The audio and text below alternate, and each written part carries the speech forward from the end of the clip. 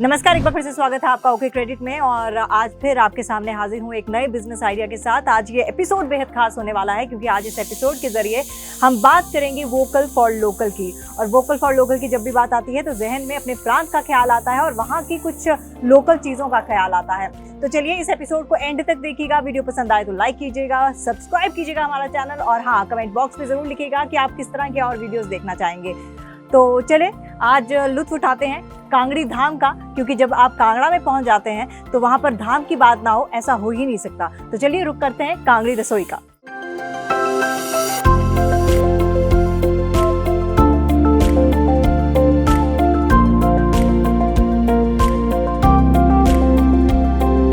धाम उस चीज को कहते हैं जो शादियों में आपको खाना परोसा जाता है। उस खाने को परोसने का तरीका अलग होता है। तो आज हम आपको बताएंगे इस कांगड़ी धाम की विशेषता क्या है और यहाँ पर किस तरह से इसको व्यवसाय के तौर पर लोग ले रहे हैं और अच्छे बिजनेस के तौर पर इसको चला रहे हैं। तो हम पहुंच गए हैं कांगड़ी रसोई में, जहाँ पर कांगड़ी धाम इस वक्त बन रही है। लजीज खुशबू आ रही है। प्रदीप मेरे साथ हैं, इस कांगड़ी रसोई के ओनर।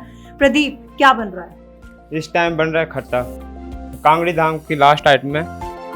मेरा एक्चुअल में रेस्टोरेंट का काम था, तो किसी ने मेरे को बताया कि कांगड़ी धाम इंटरनेशनल लेवल में फेमस है, तो उस लेवल में मैंने फिर अपना काम शुरू किया और अच्छा रिजल्ट आ रहा है इस टाइम तक। तो कितना इन्वेस्ट किया आपने शुरू में? 5,000 की मैंने स्टार्टिंग इन्वेस्टमेंट की और अपना कांगड़ी धाम का काम शुरू किया। तो ये लगता है खट्टा तैयार हो गया? जी, खट्टा तैयार हो गया आपका। 15 मिनट इसे ऐसे रखेंगे, आपका खट्टा तैयार हो जाएगा।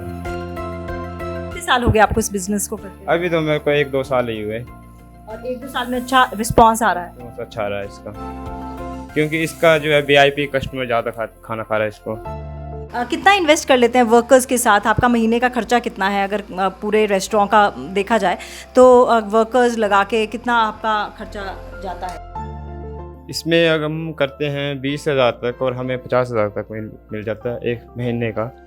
इसमें हम रखते हैं 13 व्यंजनों का 300 रुपये पर पर्सन का। 300 में से 100 रुपया कमा लेंगे। जैसा कि मैंने पहले भी कहा कि हम लोग इसीलिए आए क्योंकि कांगड़ी धाम लिखा था। तो इस चीज़ का फ़ायदा मिलता है? जी मैम, हमें इस चीज़ का बड़ा ज़्यादा फ़ायदा मिलता है, क्योंकि मेरे जो क्लाइंट है वो कांगड़ी धाम देख के ज़्यादातर अंदर आते हैं। अगर आपको ढाबा खोलना है तो किस किस चीज़ों का ध्यान रखना चाहिए ताकि कस्टमर बार बार आए? सबसे पहले तो हमें सफाई का ध्यान रखना चाहिए। दूसरा, हाइजीनिक फूड बनाना चाहिए और क्वांटिटी और क्वालिटी दोनों ठीक होनी चाहिए। बिल्कुल, सबसे अहम बात है कि आपको हाइजीन और सफाई और साथ ही साथ टेस्ट, क्योंकि अगर आप एक बार ही ये चीज़ खाते हैं, और कांगड़ी धाम जैसा कि मैं बार बार कह रही हूँ, एक बार अगर आप खा लेंगे तो आप बार बार खाना चाहेंगे। और मैंने दिल्ली में ऐसे कई लोग देखे हैं, ऐसे कई परिवार देखे हैं जो यहाँ से कांगड़ा से सेटल हुए हैं दिल्ली में, और दिल्ली में वो घर से इस चीज़ का व्यापार कर रहे हैं और धाम ऑर्डर पे बनवाते हैं और लोग खा रहे हैं। यानी कि सिर्फ और सिर्फ ये चीज़ इसी डिस्ट्रिक्ट या इसी राज्य तक सीमित नहीं है। आप अपनी राज्य की चीज़ों को दूसरे राज्य में जाकर प्रमोट कर सकते हैं। और इसीलिए हम बार बार कह रहे हैं वोकल फॉर लोकल होने के बारे में। किसी तरह का लाइसेंस लेना पड़ता है? जी, इसमें फूड एंड सेफ्टी का लाइसेंस लेना पड़ता है हमें।